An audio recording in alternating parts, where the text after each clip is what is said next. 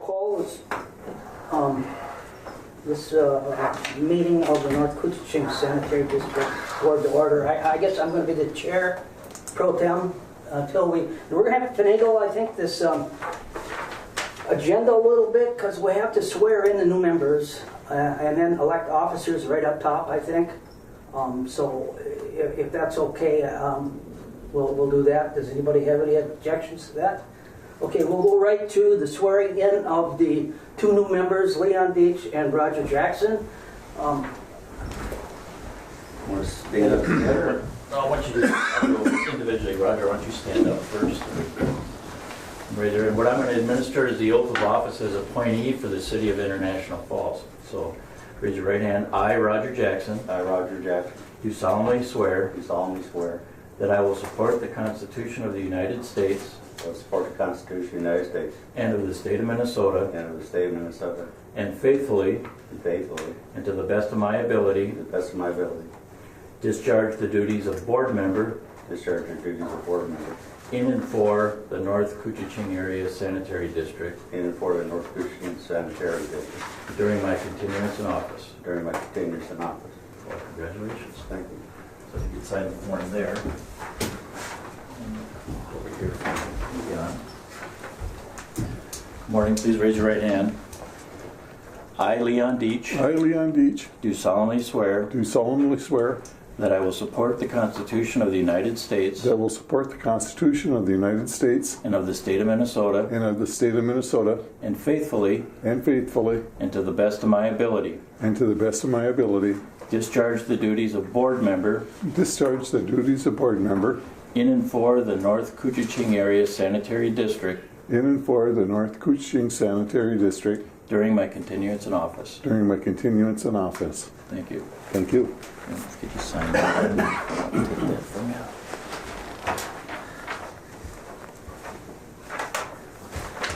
Thank you, gentlemen. Chair. Okay. Okay, then I guess we can go right to roll call then, and I'll just call it Leon Deach, Bob Anderson's here, Don Billig, Brian Briggs, Roger Jackson, Robert Thompson, and Mike Rudd are all here with full complement of commissioners. The next thing here would have to be election of officers. And so the officers we have to do today are the board chair and vice chair. So I think what we can do is open it up to nominations. Does anybody want to nominate anyone for chair? Nominate Mike Rudd. Okay, is there a second? Second. Robert? Okay, we go. Call for a vote. Starting with Bob down there. You gotta say it two more times. Yep. You gotta call for nominations two more times. Oh, 3 times. oh, you got to call for second 3 times. Call for nominations. Call for Call nomination. for nominations. Yeah. Call for nominations. Call for any more nominations. Okay. Start with a roll call with her vote with Bob. And come around this way. You said yes? Yes. Yes. Yes. Yes. Yes. Yes. Okay. 7 yeses and 1 abstention. Right. Okay, now we'll open up the nominations for vice chair. And I'd like to nominate Don Billig. Is there a second? Brian seconds. Is there any other nominations? Any other nominations? Any other nominations? Call for the vote, starting with Bob. Yes. Yes. Yes, yes. Yes. Yes. I vote yes. Yes. Okay. Okay, Mike. You're up. Chair. They told me not to sit here. It was going to be bad news. Well, really, if you want this chair, you can have it. I won't argue with that. The only thing is, You know, you weren't here, but I came in and I said, all right, where am I supposed to sit? They pointed all right there. you could be here permanent if you wanted. Okay, so we got the audience done. Additions or deletions? Huh? Start with the audience. Oh, we'll start with the audience. We got Ken Anderson, Crystal Clance, and Darcy Sullivan. Greg Snyder, Cindy Strand, and Stacy Camp. Okay? Did good. Remembered everybody's name. Yeah, I practiced from the last time. Okay, additions or deletions, a motion to accept the agenda? So move. Second. Any, I gotta get reversed in this now. Well, We got a first and a second, any Discussion. discussion? Yeah. we have a handout that was offered to everybody here for the meeting, and I don't know whether you want to do, take that up for the next meeting, if this is informational. Do you want to put it on the agenda, or, I'm gonna raise it during the minutes. pardon? I'll raise it during the minutes. Okay, you'll do it later on? Okay.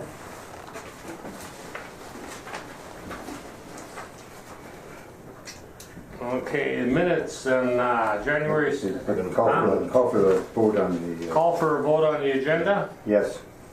Yes. Yes. Yes. Yes. Yes. Yes. I vote yes. Okay, minutes, January 16, 2018, North Cooch Board Meeting.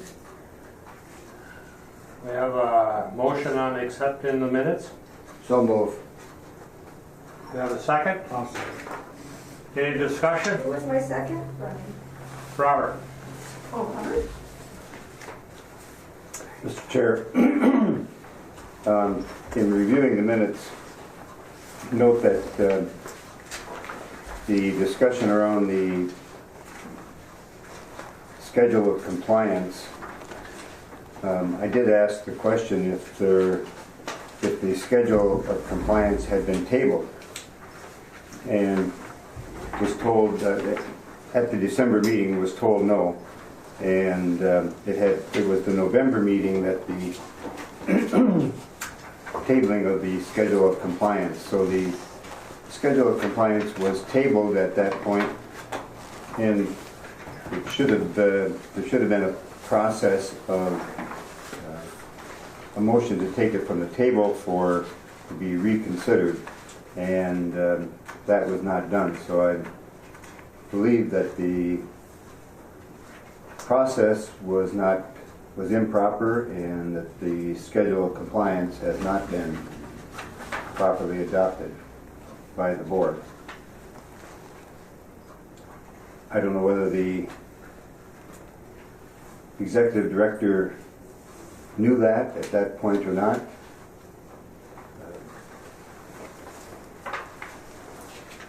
I didn't. You We didn't? we have tabled and untabled so many things in the past 6 to 8 months. This was one that was slipped, or that we missed. It's confusing. But I will say that every time in the past 6 or 8 months, however long it's been, that we've had a motion tabled, it's been stated as such on the agenda very clearly. We went through 2 meetings in which the agenda didn't state that it had been tabled, and everybody approved the agenda. So we missed it, but I would say that the board also missed that.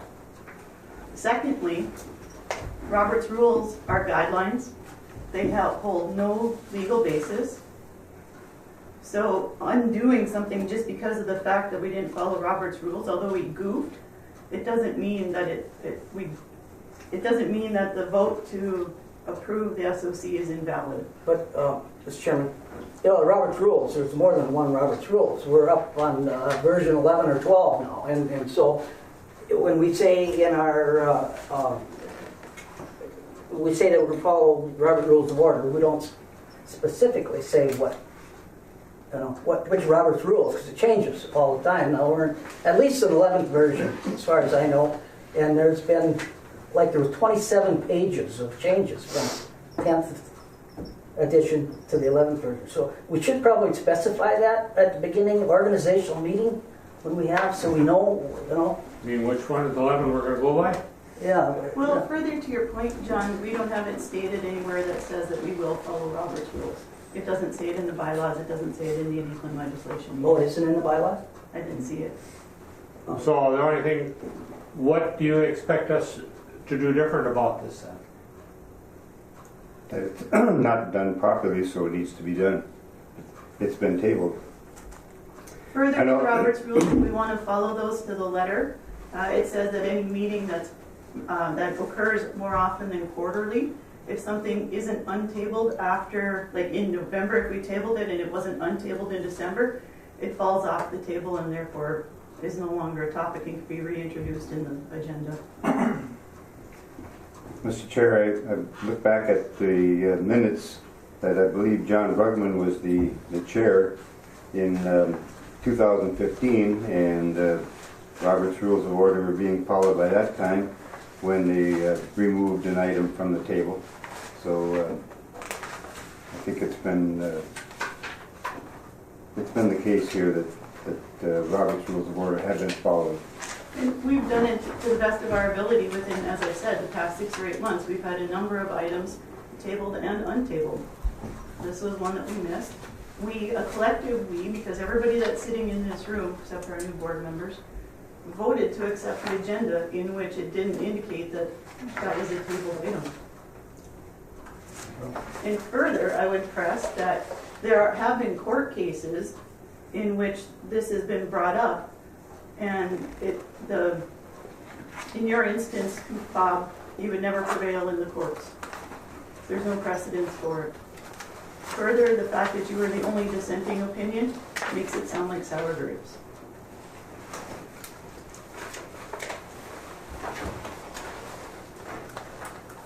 No, I don't think there's any legal ramification for Robert's Rules. It's just a way of making rules run more smoothly. Good job, Lance. I've seen in paper where one of the Twin Cities suburbs, they were having all these problems all the time. And they hired a parliamentarian to So come in and help. when we voted to pass it, right? 6 If to I remember 1. right? 6 to 1. 6-1, you were the only one that voted against. I mean, so, I can't see, we voted 6-1 to pass it, Bob. I mean, if we did it wrong, what do you expect us to redo the whole thing, or? Mm-hmm. And it's also been signed off on both North Cooch and the MPCA at this time. So if somebody makes a motion to, I don't know, untable the compliance, and we get a second and vote on it, then it's fine? What, I mean, I don't, What's done is done at this point. well, that's what I think, you know, I mean, I don't know what else to do. I mean, we voted to pass it. Yeah. We just have very poor administration here, that's all. That's a nice shot to start the meeting, Well, I took one. obviously. Okay, I don't know, let's just move on from that. You can beat a horse to death. I would like the minutes to reflect that I did ask if it had been tabled. I thought we did include that in here. Or if it was, I missed it.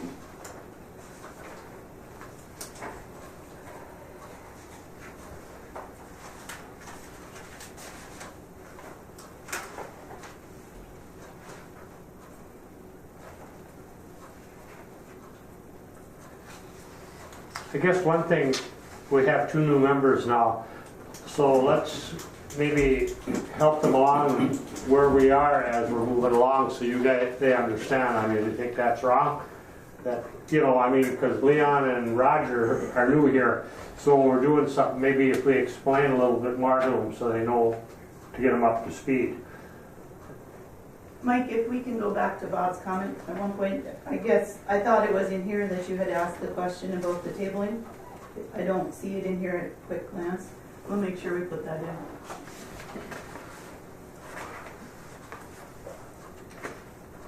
Would a motion be in order to state that the schedule of compliance is therefore approved by this board? Would that, We did it last month. Yeah, I know we did it last month, but there seems to be a question now if it, Just to kind of give the official stamp.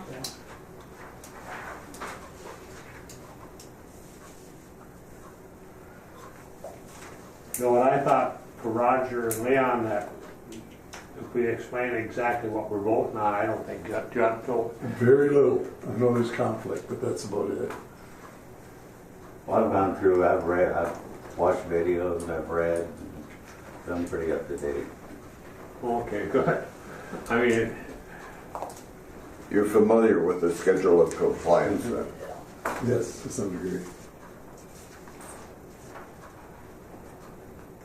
Do you have any specific questions, Leon, that we No. can answer for you that will Not help right you now. today? Okay. Feel free to come in at any time. All right. So everything on the SOC is done? And you submitted it to? It's signed off on, I signed and submitted it, I believe it was the 19th, I think, of January. And we received it signed back from the MPCA on the 28th of January. So that's at the point at which it's official, it's done. Rainier and East Cooch have their own SOC, don't they? No, there's one They fall under SOC. our blanket? The SOC is between the regulated party, which is North Cooch, Right. and the MPCA. The MPCA has no jurisdiction over our customers. So we will then be entering in, actually in your packet, there's a draft I&I agreement that we'll be talking about that will Maybe that's basically, what I'm thinking of. yeah. And we'll talk about that a little bit more as we go, but the schedule of compliance is an agreement between the MPCA and North Cooch that we will work through the process as it's listed out there. And all of the entities have had input in that in the 2 years that it's taken us to sign it. It's a terribly big ticket item. I mean, you're talking millions and millions of dollars. And I think one of the steps as we get further down the road is some political pressure, something looking for some, fund of money from the state that because we just can't afford it. International Falls can't afford it. No small communities can afford to do everything that they want you to do. This is not going to be 100% solved. Mr. Chairman, the city administrator had met with the executive director and asked for some relief in the dates that were outlined in the schedule of compliance, and none was ever given. I assume that they were put before the MPCA, but don't know that. We've had Because this we're not allowed conversation to be a before, part of that. and I said that I did pass all that information on to the MPCA. I don't know. Go I ahead. believe we have a motion on the table to approve the January 16th minutes in such that there was a motion to approve the schedule of compliance. So therefore, if this motion passes, the January 21st letter from the board member Robert Anderson is a moot point. Is that your motion? The motion is on the Motion table is to six. approve the January 16th minutes. Oh. And that's in all? those minutes, Oh, okay. Is that, was there a motion to approve? yes, Was there a approve the second? minutes. Yes, Robert, Yes. I think seconded it, if I remember right. Right, Robert? Yep. Are we gonna vote then, or no? I call for discussion, Yeah. and if there's no more discussion, then we'll call for a vote, and then the compliance will be, I guess, done with then, right? Right. I will make the changes that Bob asked for in the minutes, that he did question about the tabling of the schedule of compliance. Motion should include, with changes as agreed upon for the minutes. Is that okay? I'll agree with that. But what are we voting on? The We're minutes. voting Just on for the the minutes. minutes, right? Yeah, and in those minutes, there's approval of the schedule of compliance. Yeah, because it says right here from the January meeting, it was voted on. The SOC was.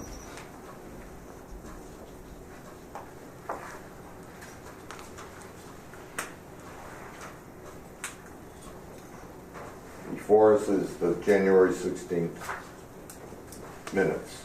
Right, I've got them here. Yeah. They were voted on, everybody but the mayor, Bob, voted yes, he voted no. So I guess that meant it was ready to go to MPCA. So now, Well, do we table this till the changes are made or pass it? No, I think we can pass it with a note that we did change it. Yeah, we've done that before.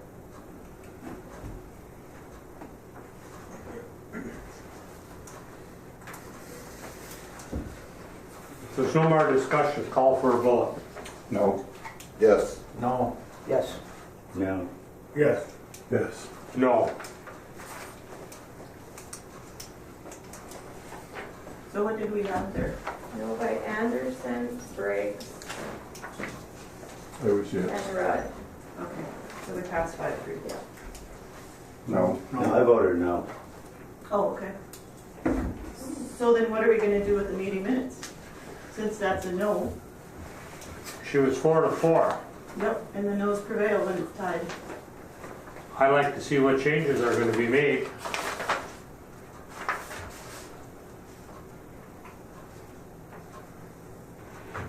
Well, the change that was requested was that we're going to put in a sentence that says, Bob asked to have the SOC, or if the SOC was tabled in December, and my answer was no. That's the change that would be made. It wasn't tabled in November? It was tabled in November, we missed it in December. We missed putting it on the agenda that it was tabled. And then in January, it came back again, but under the schedule of compliance, and it wasn't untabled. But if we're following Robert's rules, as soon as it wasn't addressed in December, then it falls off the table and can be reintroduced in January. So, Mr. Chairman, maybe Bob can answer, to what purpose are this? I mean, there's some delayed stuff that you're doing here. And so, to what purpose? Maybe we can help you out. Maybe we can get on board with what you're interested in. Request for some additional time in preparing some of the information that the MPCA requires. Okay. Did we get some delays so far, or? 2 years. No, we never got any. We've held it up as a board. Yeah, The no. MPCA has given us none. That's MPCA also can, then if this is null, MPCA can come back and issue fines against us, right? Yeah. And they are pretty significant. As time goes on, they get more and more. I've always thought that this is really a tough situation, and it would be nice to have more time, but From the initial SOC that was issued to us, they did grant us more generous timelines. And that was 2 years ago, and they encouraged us the entire time, as I've explained to this board, that we need to be working on this project because the bullet points of the project aren't going to change. For the most part, those have all remained the same with the change, with minor exception to some wording. They've given us more lenient timelines, and we've had 2 years to work on this. And a lot of that work has been done already. International Falls did flow meters, East Cooch has done, and Rainier have done flow meters, the maps are all done. A lot of that work that's required in the first 90 and 180 days is completed.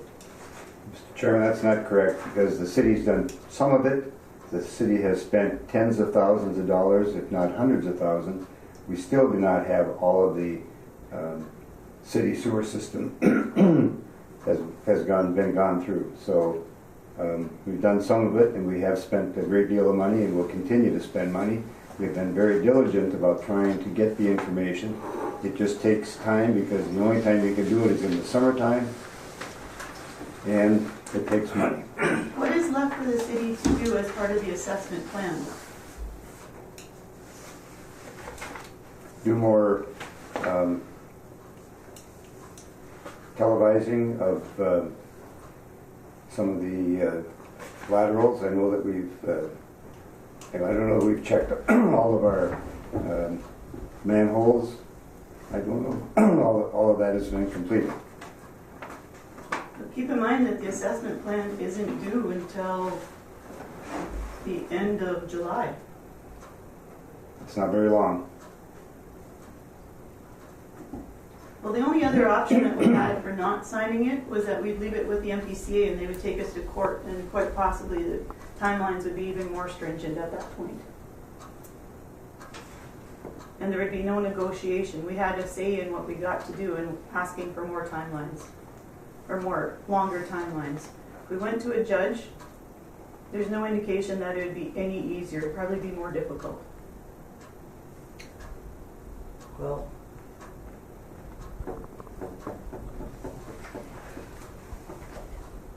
So how do I fix the minutes so that they'll pass next time is my question.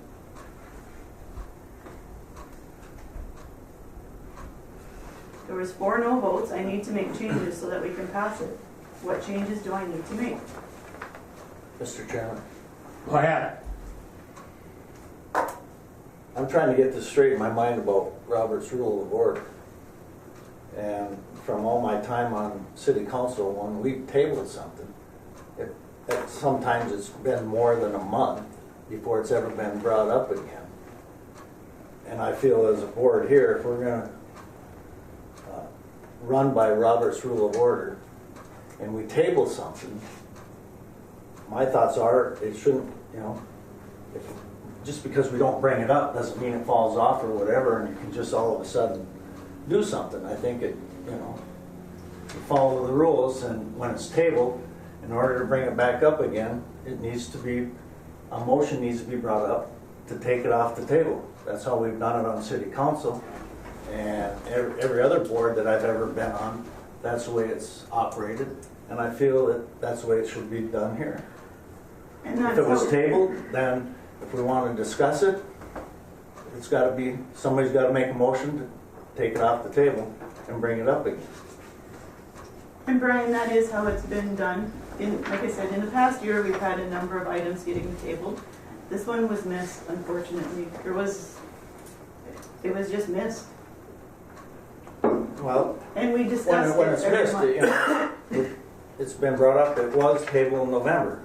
So in order for us to bring it back up again, you want to discuss it, you got to bring it back up by taking it off the table. Well, and having said that, it was on every single agenda to discuss the SOC.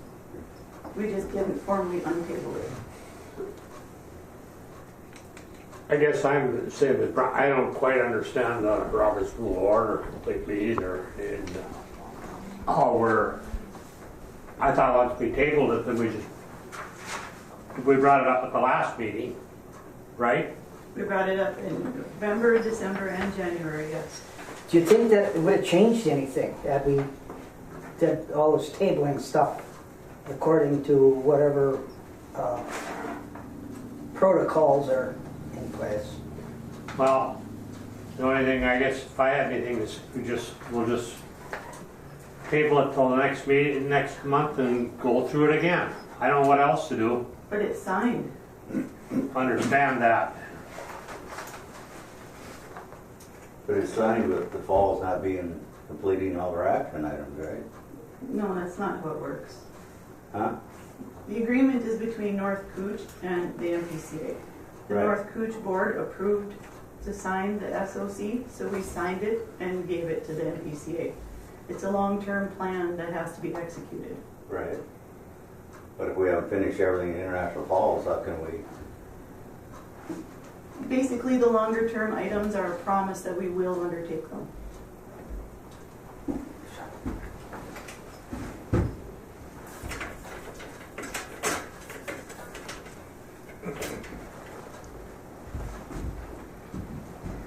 Well, I think that it's sooner or later, we're gonna have to do some of the stuff, but I would like to find talk to our state representative, see if that, maybe in the bonding bill, we could change guidelines, there's communities all over the state of Minnesota in the same boat as we are, and nobody has any money. I can guarantee you that. And so if we can get the legislature to look at this, possibly. I think if we go back to MPCA and say that this SOC that we signed and gave to them is null and void, MPCA is going to say, what the hell are you guys doing? Yeah. And then who knows what they're going to do.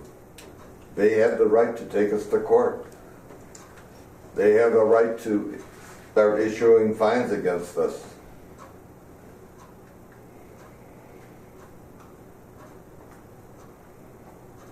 I have no idea what we should, no idea what we should do with this. I'm gonna table it. They aren't gonna want to find us. I think we gotta They move don't on. wanna go to court. We've been screwing around with this for 25 minutes. And we haven't gained 1 inch, and I don't think we're gonna. 25 years, 50 years. Yeah, but I mean, I'm just looking at the Today. clock this Yeah. morning. I mean, I don't know what we can do differently, or just table it for next month and call for another vote. What Well, else? there's nothing to table, we already voted down the minutes. We can bring it back up next meeting. We'll have to, I'll make the one change that was the only change that was recommended to me, and we'll vote it down again next month then. The one change that you've requested for me to make isn't going to change a difference, or make a difference in the notes. But I'll make that change and we'll see what mood we're in next month.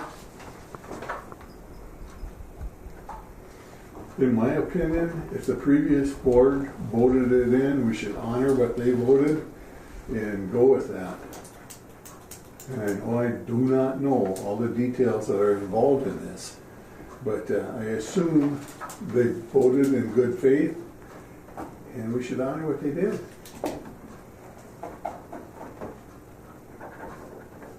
I mean, there's no law that says we have to follow Robert's Rule of Order, right? No. That's correct. Well, I guess if that's the problem, then it shouldn't be a problem. We can't call for another vote till next month, so I guess you just move on. Okay, COW minutes from the January 22nd, 2019. We have a motion. Pass them.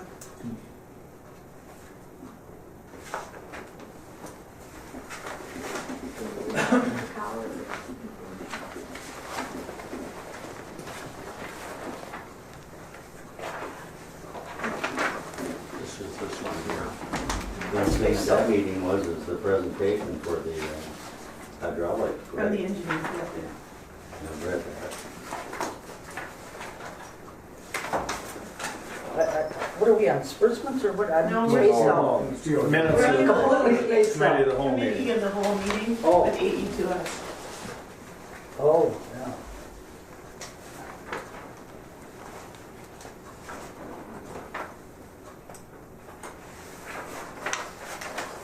Are we going to accept these minutes or consider them FYI?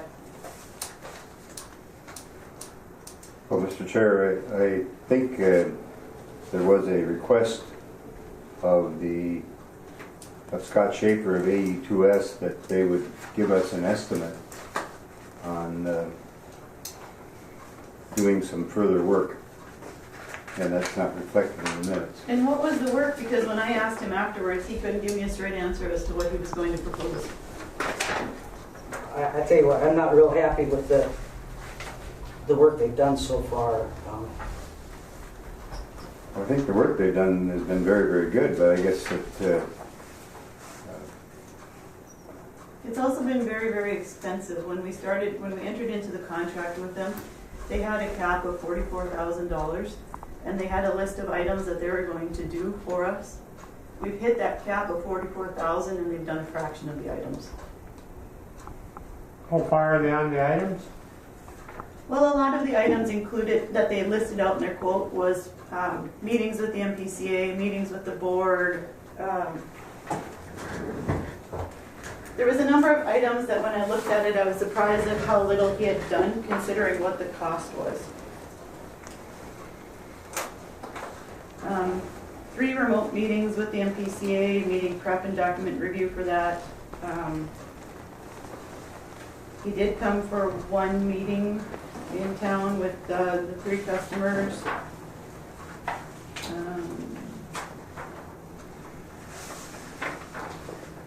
I believe what we had asked for was that he would give us an estimate on what he thought the cost of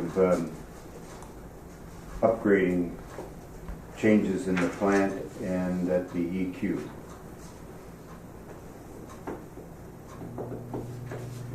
What would hurt to put it on bids?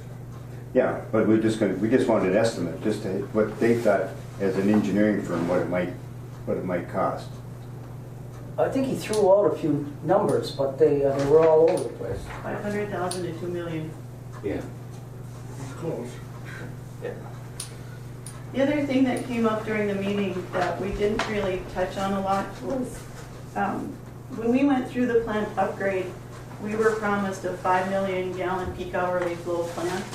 And according to Schaefer's analysis, we have a 4 million gallon peak hourly flow, which means that we got 80% of the plant that we paid for on our upgrade. That's a pretty significant claim. And I know, John, you at times had talked about getting a peer review of this work. I think considering, with that as a big driver, I think a peer review would be necessary. Especially before we go down any further path. Well, that's, the thing is, he's got these numbers about 3 million gallon peak flow versus 5 million, but he doesn't say what was done wrong in the process to cut down, to make it less than the peak design flow. Where the issues are. Can we have another engineering firm come in here and give us an estimate? Would it cost us? They're not gonna do it for nothing.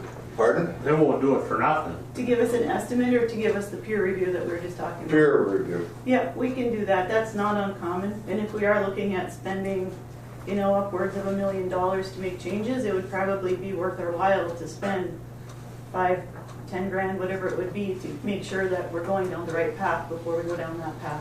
Yeah, I wouldn't mind that. I mean, we're not losing any, relatively little bit of money, but then get somebody else's view on things. And I'm not real happy with AE2S, how they approach this whole situation.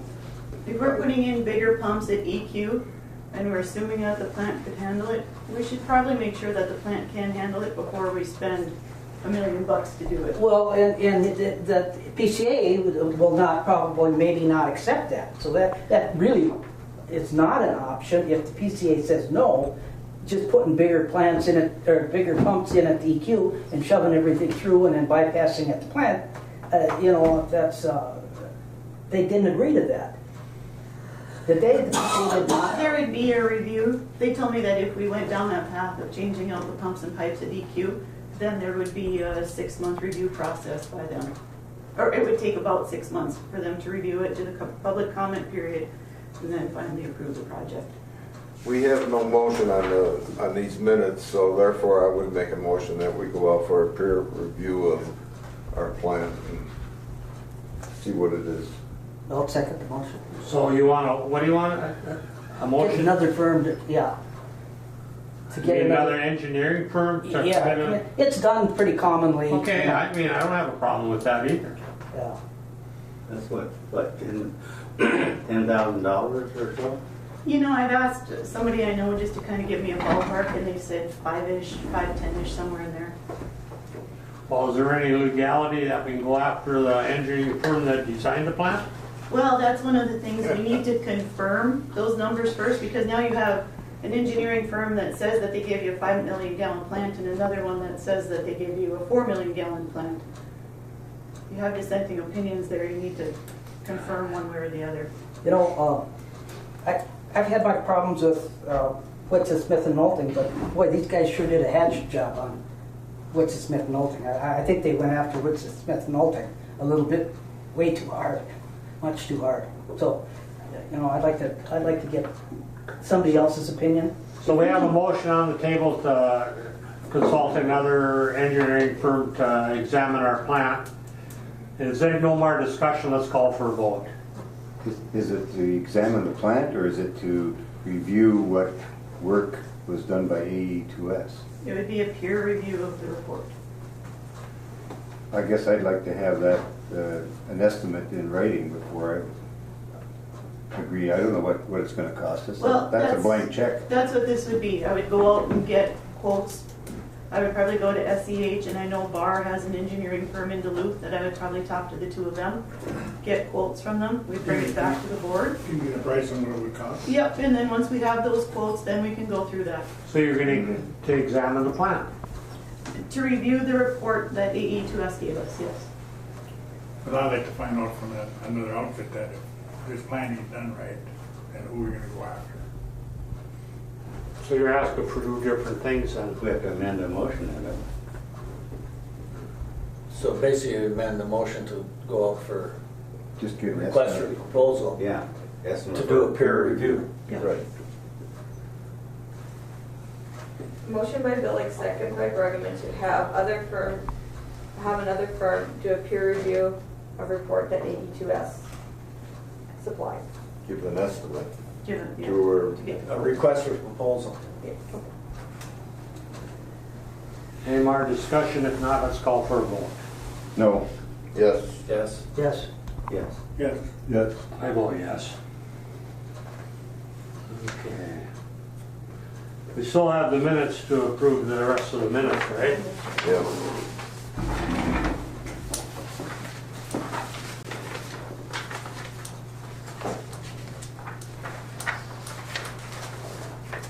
I would so move to approve the minutes. of Motion by Don. January 22nd Committee of the Whole meeting. Second. Second by Brian. Any discussion? I would move that, to amend them to show that a request was made of AE2S for an estimate on the proposed work that they have outlined.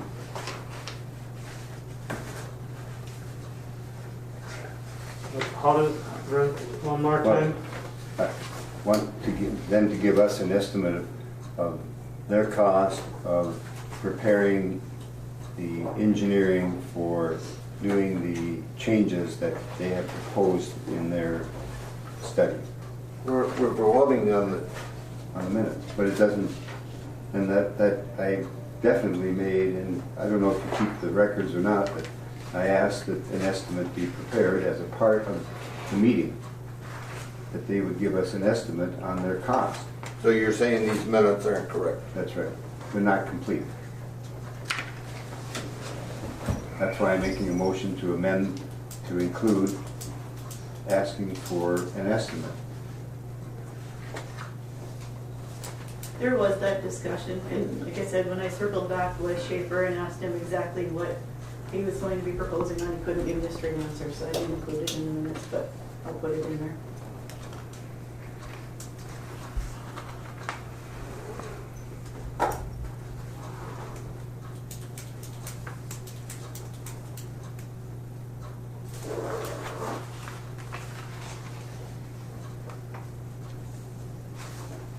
What are we waiting for now? Discussion on the Cal meeting minutes.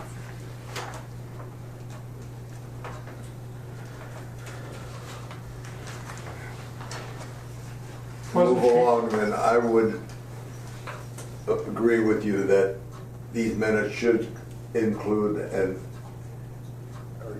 request or estimate for From the engineer. AE2S for, okay? I don't know if the second would, That's okay with the second. now we can vote on that. No more discussion, let's call for a vote. Yes. Yes. Yes. Yes. Yes. yes. Yes. I vote yes. Okay, East Cooch, from the East Cooch Sanitary Board meeting, we have a motion to pass them, or? No. No, just. We don't have to do that one. We can do that. Okay. The disbursements for February of $84,949.94. Blanket authorization. Move. Second. Brian, second by Don.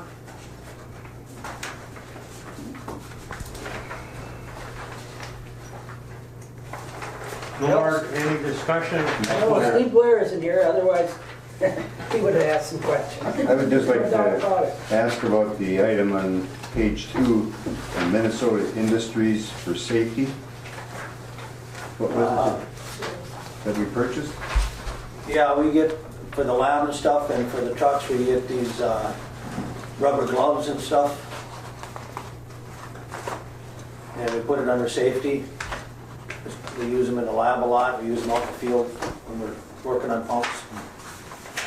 And other things in the plant too, so we put that under safety. We should be wearing gloves. Oh, yes. No, I was wondering what the safety that we were purchasing, that's all.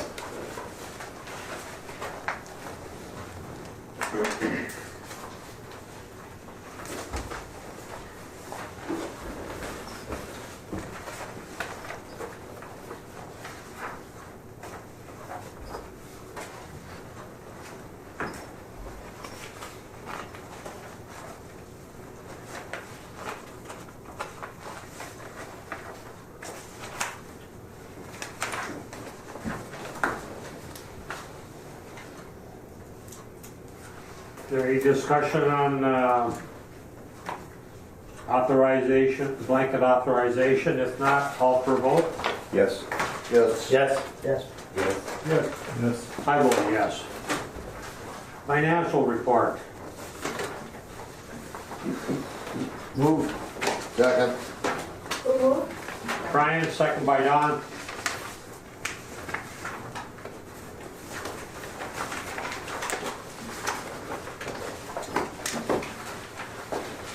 Any discussion?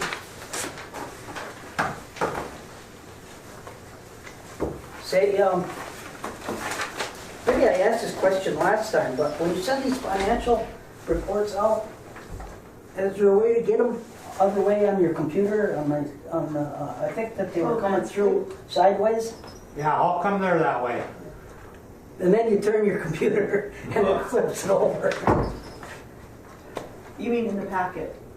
Is On the that- electronic packet, the electronic. It comes on this a little bit this way. It doesn't come across the screen, right? Yeah, right, yeah. Just, Well, it's a spreadsheet, isn't it?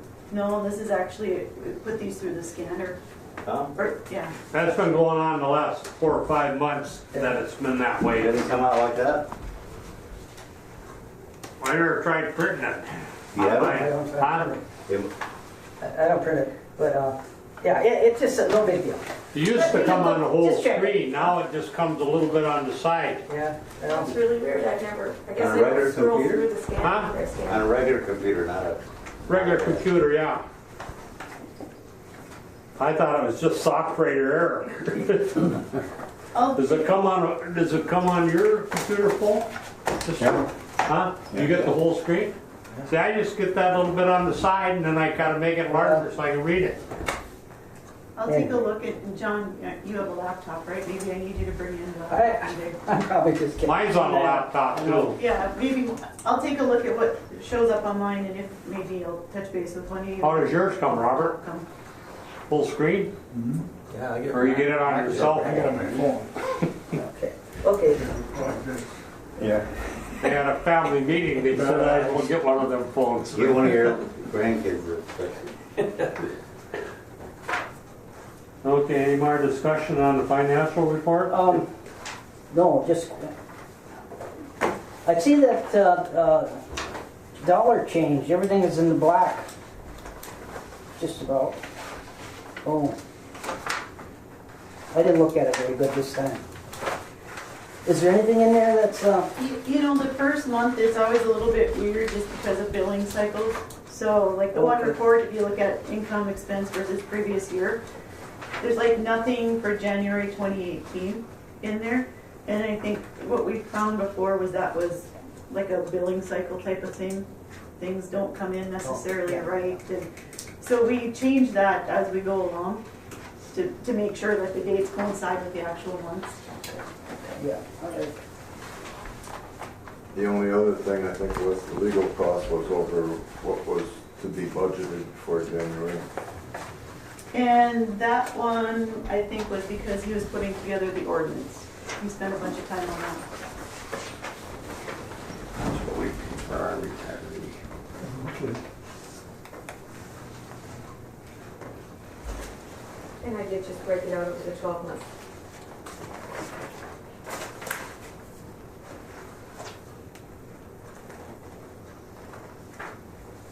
Any other questions?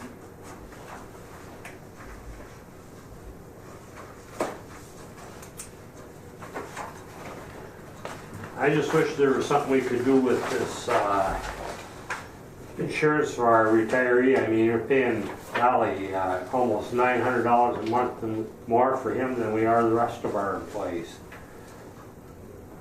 The $2,100 is awful high. I don't know if there's anything we can do with that. Nope.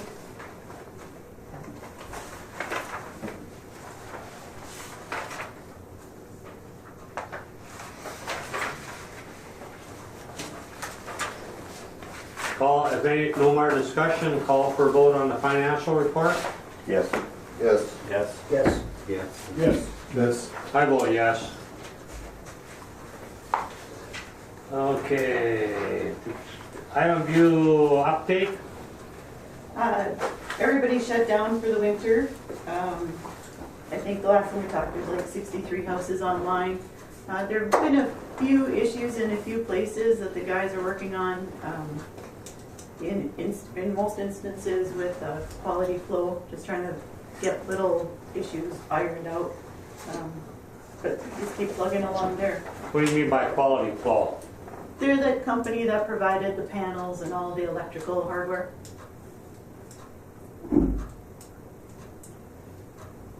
So the 63 that are hooked up are working fine? For the most part, yes. Good. Yep, for the most part, there have been few issues, I'd say. Yep. Anything else on the Island View update? That's it. Okay, union negotiations update. So we did meet with the union after our last board meeting.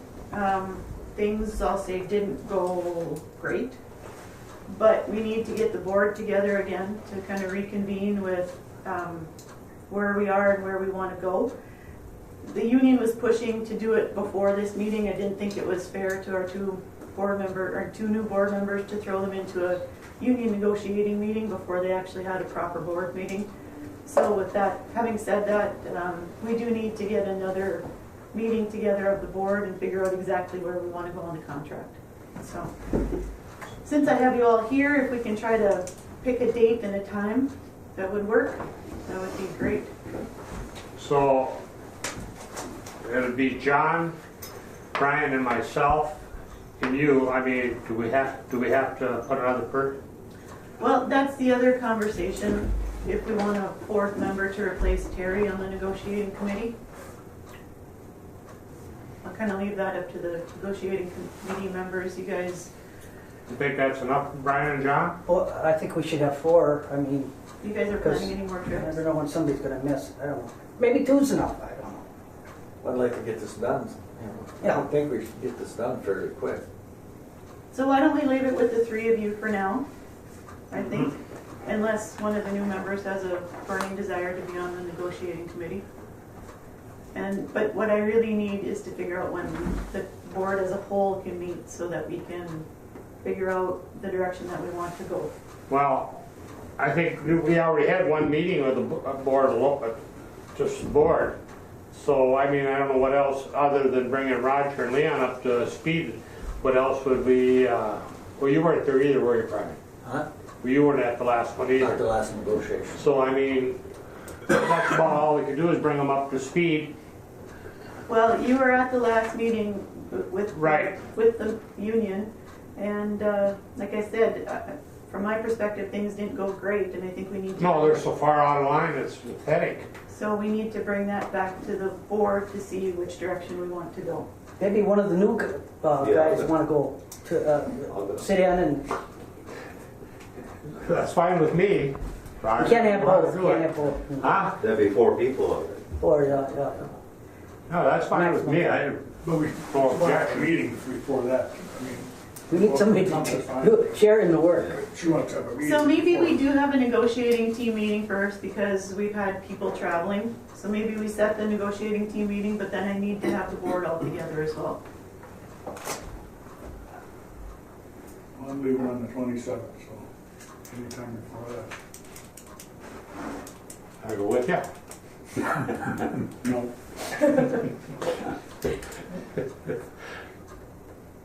Just one-way ticket is all I need. So could we have a negotiating team meeting maybe Friday? I had it down for after this meeting. Oh no, that was last month. What works for you, Brian?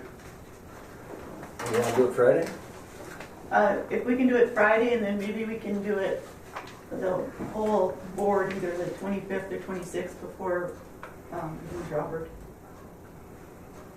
Are you talking this month? Yes, please. Okay, I'm leaving Thursday till the 1st of March. Okay, so we're gonna be We short got a one meeting for on then. Friday. Right. At 8 o'clock. Okay.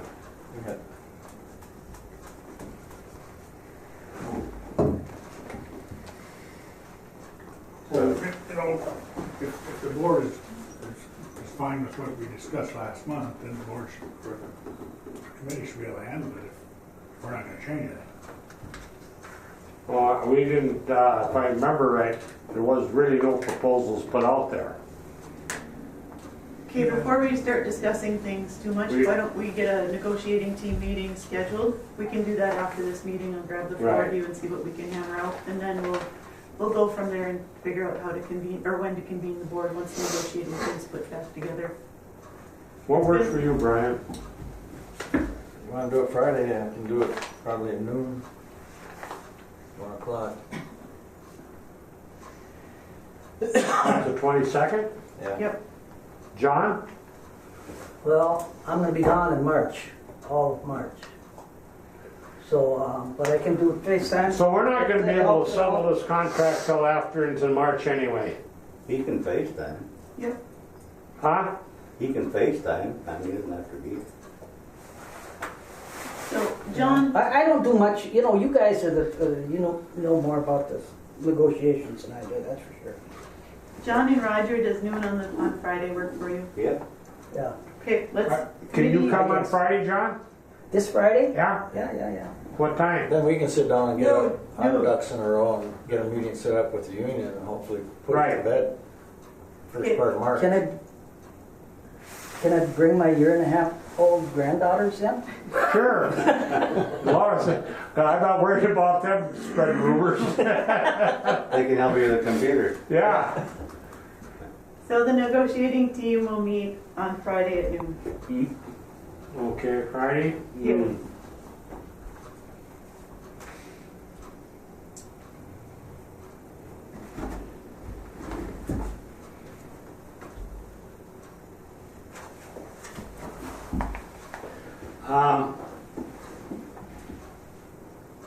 Okay.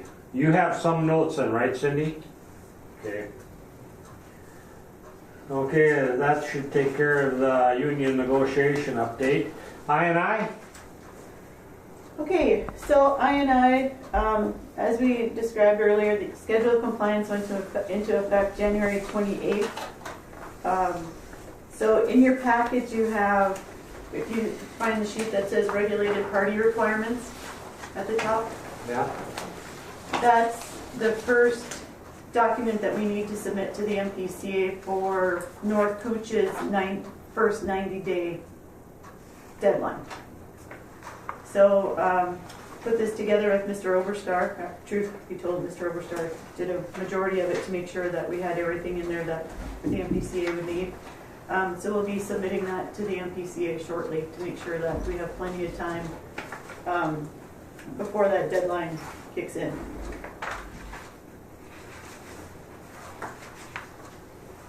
The other thing that's in your packet is the I&I agreement, and you'll see that it's marked draft. This has been provided to all three of the entities. This is basically our contract with the entities that takes everything that's in the schedule of compliance but makes it between North Cooch and each of the government units. So, as I said, I've requested that we receive feedback from them by today. So once I have that feedback, we'll see what needs to be changed, and then hopefully we can get this signed, because this is also a 90-day requirement for the schedule of compliance as well, to have it signed and delivered to the MPCA. That was also prepared by Mr. Oberstar. The first one of these was a draft in December 2017, where we met face-to-face with all three of the government units and provided them with the first version of this that was based on the schedule of compliance at the time. We took their changes that they wanted made, incorporated it into this document. Since we've signed the schedule of compliance, there's a few tweaks that had to be made on timelines or such. So those have all been incorporated into this document. So we'll see what the entities come back with and go from there.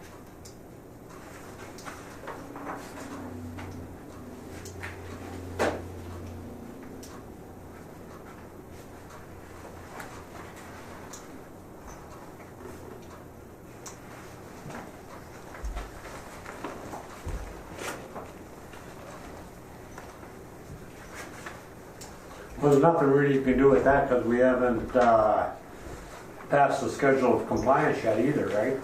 Schedule of compliance is signed. It was voted on 6-1 by the board.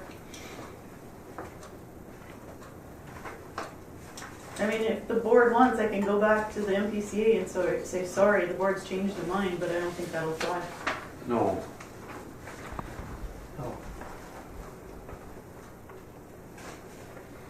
Okay, election officer, we took care of that. I guess next is operators report. Mr. Chairman, board members, I'm just going to bring you up to date here. The first thing would be the biosolids annual report to the EPA. We did complete that. That was due in the middle of February here. We completed that February 1st. So that's been submitted to the EPA, and we worked with Mountain and Company to do that, and that all went pretty good. And everything was good with them. Also, our last pump for EQ that we need to put in down there, that we had seals and stuff put in it. We do have the pump back here. We don't have it in yet, but we'll be putting that back in real soon here, as soon as, you know, we got a little break in the weather here because it's been so cold and stuff. But we'll be getting that in as soon as we can here. We'll get that back in there. But like I say, it is back here. It's in the shop. And we'll put that third pump in down at EQ as soon as we get a chance. Also, we've been still kind of trying to set up a date with General Heating to pull that burner and put them gaskets in there. I know the last time you asked about getting another quote. So I did call Shannon's. The recommendation was to go with General Heating. So that's what I think we should do, is just... So you can't get a date with them? We're just trying to set it up where it works with them. We're running our number 2 boiler right now. Everything's fine. But as soon as we can coordinate something with them, we'll get them here. We'll assist them with it to get the burner and stuff out. We'll clean that boiler at the same time and put them new gaskets on there. It's running as the backup boiler right now. Like I say, we are running our other one as the lead boiler, which has been running fine. Also, Minnesota Rural Water, you know, they're going to be here in the spring, put on a seminar, and we're going to host that here in the spring, and that'll be at the Rainier Community Building. This Joe Jansen from Rural Water stopped in last week, and we're touching base with him a little bit, and we told him about our ponds out there, the sludge and stuff in the pond, and the sludge levels out there. Eventually we'll have to do something with the sludge in the ponds. He said that they just purchased a boat with a GPS unit and stuff on it, and it's remote controlled, I guess. It's brand new, It goes out there, maps the whole pond, does the sludge levels, gives you a layout of your pond, the acreage, how much water is in it, how much water it can hold, the depths of the sludge levels, and kind of like a topographical map. They will come and do that for nothing for us since we're a member of Minnesota Rural Water. That's a huge benefit of being a member of Rural Water, for them to come and do that. And then we'll know exactly what we got out there for sludge levels in all these ponds. Because eventually we're going to have to get rid of that sludge. Well, I thought the last meeting or meeting before, somebody had something that we could put in there. Well, that's what I'm leading into here. Oh, okay. That's through Hawkins, our chemical supplier. He was talking about a bacillus bacteria that you introduce into the pond. And what it does, it decomposes all the sludge, and the byproduct from it, when you introduce this bacillus bacteria into the four corners and your influent line, over a certain amount of time it'll decompose the sludge, and the byproduct is just CO2 and water. So it's something that they've used in other areas, and actually this Joe Jansen from Rural Water said, I didn't believe it was going to work, but he said it works. So Hawkins wants to have the guy that supplies this stop by and talk to us about it and give us kind of the lowdown on it and what it consists of and how it works. But eventually we're going to have to do something out there. I mean, that one pond's been from the 1950s, not sure how much sludge is in it, but if this stuff works, it's something to think about. First thing we got to do is map it out and see how much sludge is in this pond, all these ponds out there, and then take it from there. But if they're willing to come and do this for nothing, that's a huge cost to have somebody come and do that. I remember Mark Allen a few years ago said, why don't you guys hire us and we'll come out and do all these sludge levels for you and stuff. Well, here they're going to do it for nothing because we're a member of Rural Water. So I think we should take them up on it this spring. So when the ponds were originally dug, then you had you know what the depth of the water was, right? What do you mean? When the pond was dug, you know how many gallons? Well, yeah, we know exactly how many acreage the ponds are and how many gallons they're supposed to hold. But with the sludge, you got less water holding capacity out there. I know, storage. When you started out, you had, say, 10 feet of 6 water. And now how much have you? Well, That's what we're going to learn from Minnesota. Yeah, we're going to learn that. How much water we can actually hold out there. So if this works, eventually, you're going to, if we can reduce that sludge and have more holding capacity out there in wet weather and stuff, we can use that have twice the storage maybe. Who knows? We got to wait and see how much sludge is actually in all these ponds. One step at a time. But if it ever has to be dredged out there, you're talking getting it certified, finding the site to land apply it. It's just a lot more stuff to go through. It's very extensive to Yeah. dredge. So that's just something that he mentioned to us, Dan from Hawkins, about the bacteria. And then we just learned about this GPS unit and stuff, and Rural Water will do this monitoring of the pond and mapping this out for us for nothing because we're a member. So I think we should take them up on it. Absolutely. So, also, right now we're doing some testing on our digester. Our secondary digester, we do a 40-day bench test on our digester. We test the sludge that's in our secondary digester. We got to make sure that our primary digester is operating properly. That's where all the decomposition of the aerobic, the organics is taking place in our primary digester, making gas and stuff, decomposing all that, and we make this sludge. If our test doesn't come back and meet a certain percent of volatile solids reduction, then our digester is failing on us, meaning that it's probably building up with scum in there, a lot of gravel, sand, the volume is getting smaller, and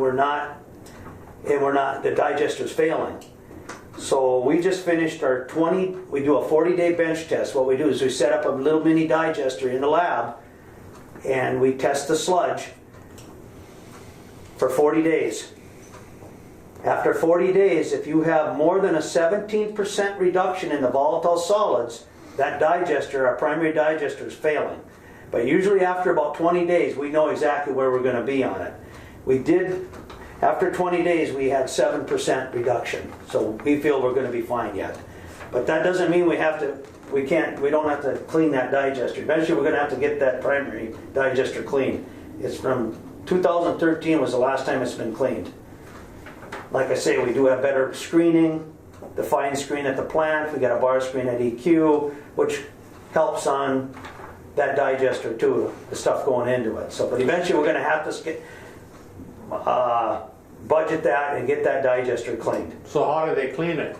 Well, they come in and we'll pump all the water off of it and they'll factor it out. Okay. We'll take that to the ponds and that's where it'll be dumped. It'll drain off into the ponds and then we'll have that hauled to the landfill. When we've looked before, historically, it's been in the neighborhood of about $40,000 to do that. We just had that quote, what was that? I think it What was was right it? around How there. much? 40-ish. 40, okay. So that's, eventually we have to get that done. Also, like I say, I mentioned to you about the bacteria and stuff, and we asked him, what's a ballpark figure, how much? He figured about 20,000 per pond to do that, but he ain't, that's just a ballpark figure, he said. He doesn't know that for sure. Acres or each Yeah. pond is, yeah. Yeah. It's a heck of a lot cheaper than trying to direct. Oh, yeah. It's something to look into.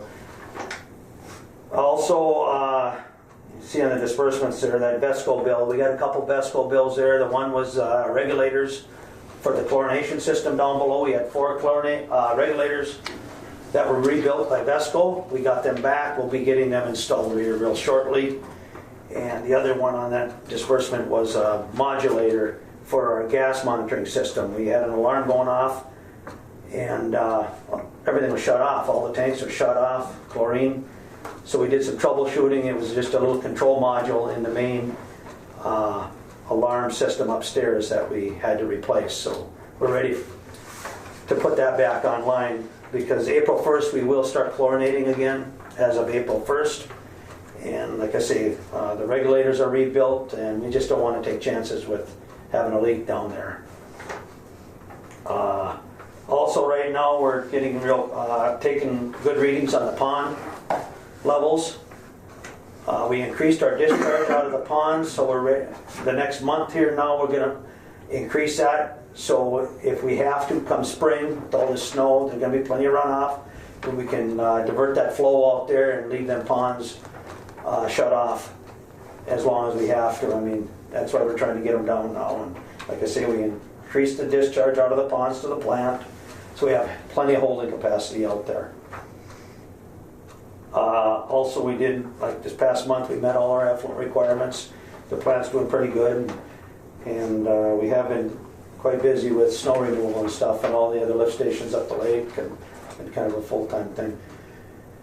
But anyway, that's about all I have for right now, and that's it.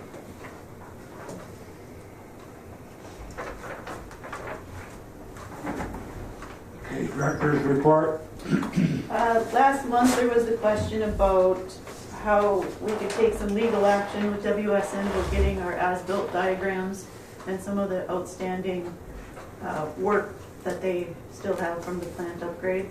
When I spoke with Mr. Oberstar, he thought the best next step would be to have him write a letter on his letterhead that stated everything that we're still expecting as a result of that project.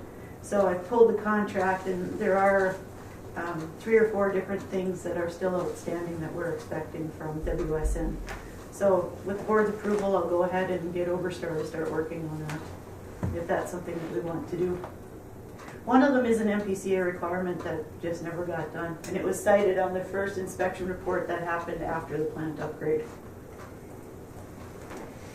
If Oberstar writes this letter and WSN still doesn't do anything, Then I think we escalate it with Mr. Oberstar.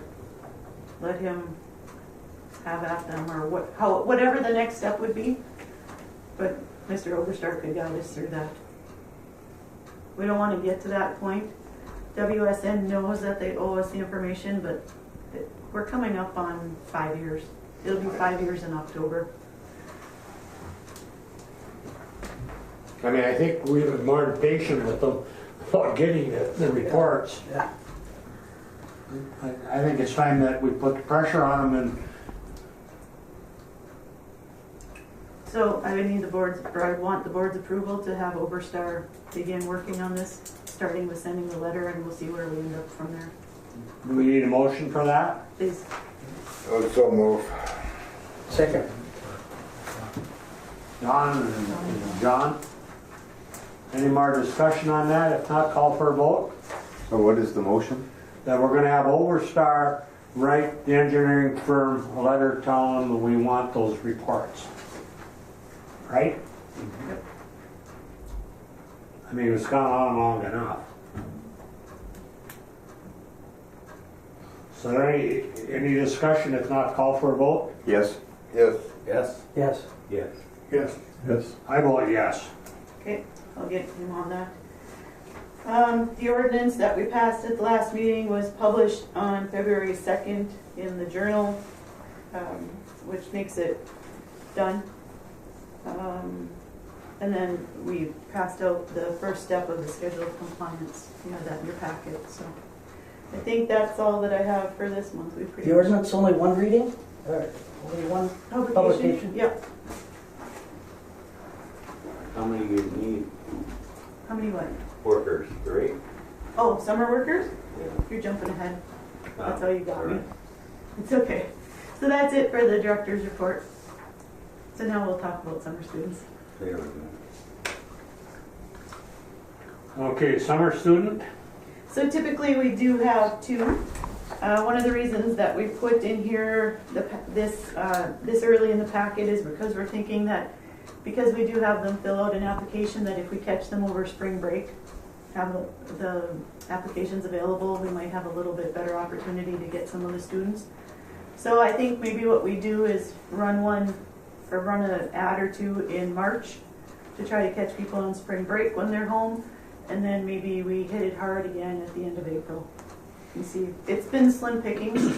I mean, we've been fortunate. We've ended up with, we have one really good student that we've had the past couple of years, and we've had a couple others that haven't worked out so great, but we'll muddle through it. So how many summer employees are you guys anticipating we'll need? 2 is usually what we do. 2 for sure. Now, are you gonna need more help up at East Cooch We're not anticipating it right now, but No, but I mean, as a helper or something, I mean, there's stuff that's gonna, we talked about this last year, and we are somewhat limited with what students can do. And truthfully, it's been tough just to get 2 students, let alone 3. And usually we do match what the city offers on wages. We followed the cities, and I believe the city just took an increase for their student workers, so we would typically match what the city does, if that's okay with the board. How many hours do they work? How many hours a week? Or 40 whatever? hours a week. And they start when they get home, and then when they go back to school, they give us their end date. So usually it's, it really depends on the student, 8 to 12 weeks. I think maybe usually 9 to 11 is usually where we end up. And you said it's difficult to get students? Yeah. What's the hourly rate? Amazing. yeah, you'll find out when the it's city maybe apply, about $10 puts an their hour. apps out there. They used to be guys run over each other to get an application, it ain't that way I anymore. don't know if he is or not. Is No one would. that. No. I think you- Sure. He's definitely on our list of one that we want, but he was going for a 2-year VOTEC degree, I think, so I don't know where he's at in his schooling. So hopefully we can get him back. I would so move to approve the approval of the application in the paper. Yeah, if we have to have an extra, we can always get that off that list if you have more than 2. Yeah, like I said, we've been lucky to get 2. I know we've always had the discussion over you know, they gotta be either technical college or university or under, you know, or something. I think sometimes the guy almost has to waive that. Well, we did that one time, but at first we're going to go out, I think, as it is right now. Because we have been, I'll say, somewhat successful. We've gotten kids helping us at least, so.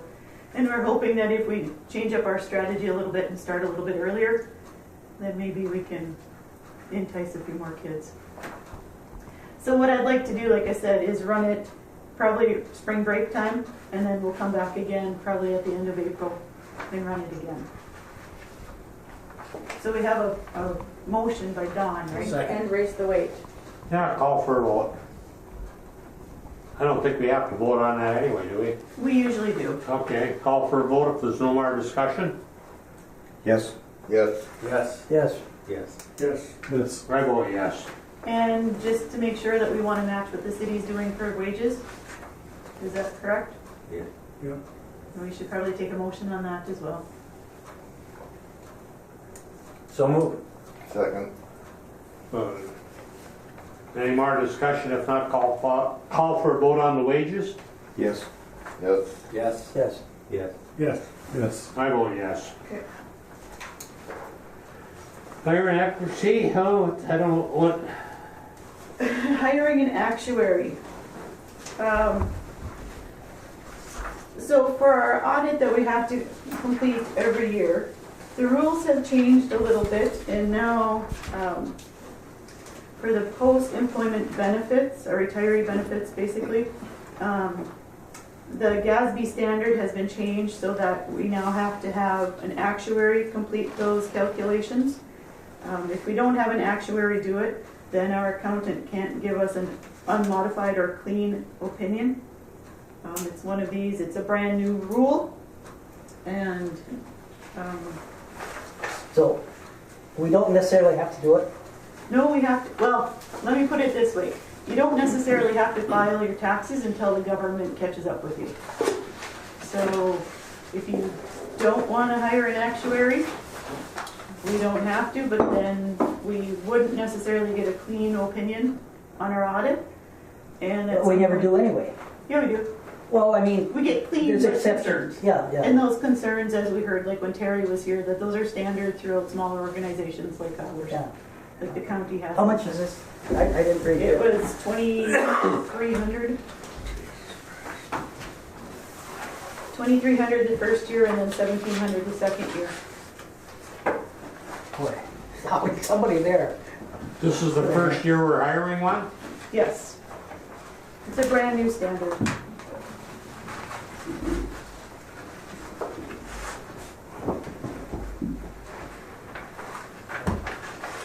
I called the accountant and I asked if there was any way around it, and he basically said there, to be clean and outstanding with it, you have to do it. So, Did you talk to the? we need a motion on the table to hire You one? talk to the accountant, Laura? I talked to the accountant, yeah. That's what he said. So, who's an actuary? We have to go out of town and get an actuary, or you're an attorney here? I Okay, we don't, gotta have a motion first, don't we? Oh, We're discussing. We're discussing it, I I mean, think we we did. Didn't you do it? No, okay. we have a motion on that, Stacy? I didn't think we did. No, she just brought it up stating that there's a need for it. But who's mandating that? I mean, is that a state or federal mandate? GASB. GASB, and I'm Yeah. assuming through the state then? But why don't we check with what other people are doing before we, you know, Well, we're small enough, I think, that some of the GASB standard we don't have to do, right? But This one we do. this one, they trying to I get their asked- claws into us a little bit more. I asked the accountant if there was any way around it, and he said no. And I asked him, for example, like if the city would have to do it, and he said according to this standard, yes. And this would be a 2-year? No, not necessarily. I mean, First year is 2,300, the second year will be 17. I would, based on this proposal, I think there's benefit staying with the same actuary for the second year because she wouldn't have to start fresh. Okay. So what kind of a degree do you have to have for that? Question. Ken, is that something that the city's already okayed and has to do? Yeah, Mr. Chairman, board members, the city does engage an actuary. There's two firms that I'm aware of, Hildy and Associates and Van I. Warden, and the city uses Van I. Warden. I believe it's primarily to comply with the GASB requirements for our fire relief pensions and that type of thing. So we do use them, and we've engaged them for a 2-year basis, because there's a year where they do more work that has a higher fee, and then in the off year, the short year, they don't do as much work. So that's not unusual. And this one is from I. Warden, or Van I. Warden, sorry. I mean, I think it would, behoove us to try and do it at the same time the city does theirs or whatever. Maybe there'll be a cost savings to both parties by doing it together or whatever. Do they actually come on site? No, we send them information, they do it, send a report. They were both roughly comparable in price, and we had, I think, first engaged them about 4 years ago, as I recall, at the city, so it was new for us. And I don't know if it was GASB 68 or 74 or 75, I'm not sure what the number requirement was, but, 75. okay. So what kind of information do you have to provide them? It's all the costing information on what our retirees are The getting. retirement stuff. Yeah. I think actuaries are actually higher on the food chain than accountants and CPAs are, because they're trained to do projections based on actuarial, anticipated lifetimes and that type of thing. So, Expectancies, yeah. life expectancy. Yes. Yeah, I've never heard of them before. This firm that, you're familiar with this firm, or? I asked the accountant if he could point us in the direction of an actuary, and this was the one that he said that a lot of his customers have had success with, and this is the one that Ken indicated that the city is using. I would so move to approve, Van Warden? and, yeah. Second.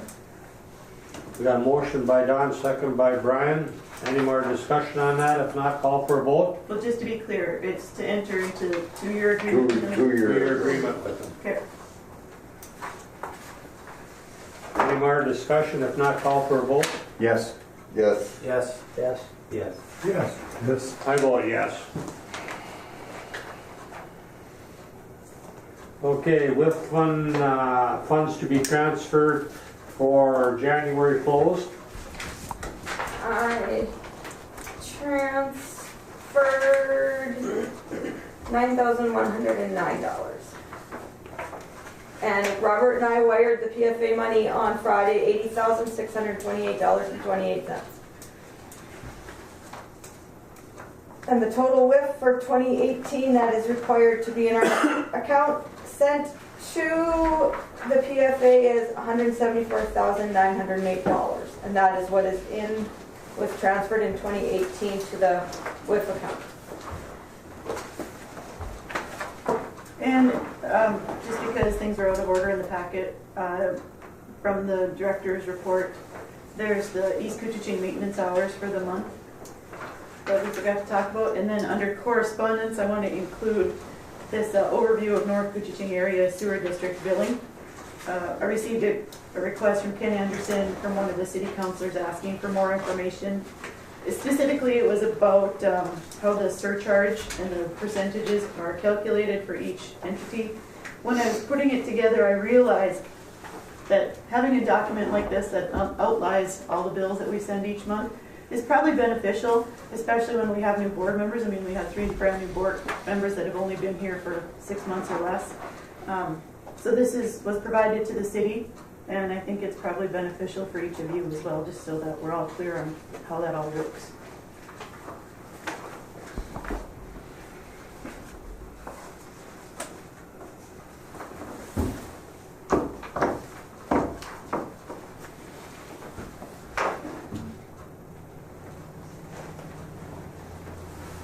Is there a reason the 19th or 20th for our next meeting? Oh, it's up to you guys. You want Tuesday, Wednesday, because we've gone back and forth, so it's up to you guys. Oh,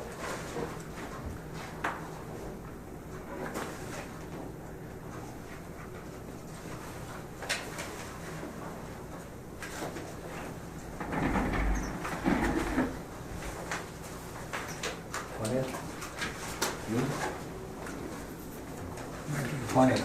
Tuesday, Wednesday's better for you? Wednesday's better, because I work Tuesday. March 19th would be our next one.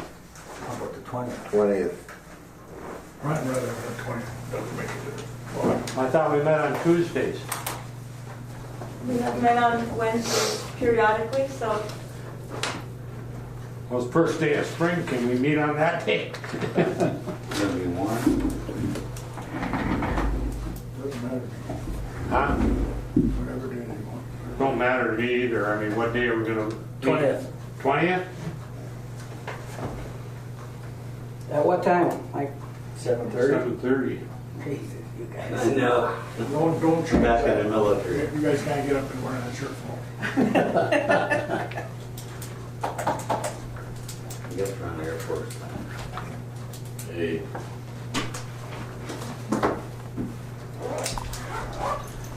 Okay. If nothing else, call for adjournment?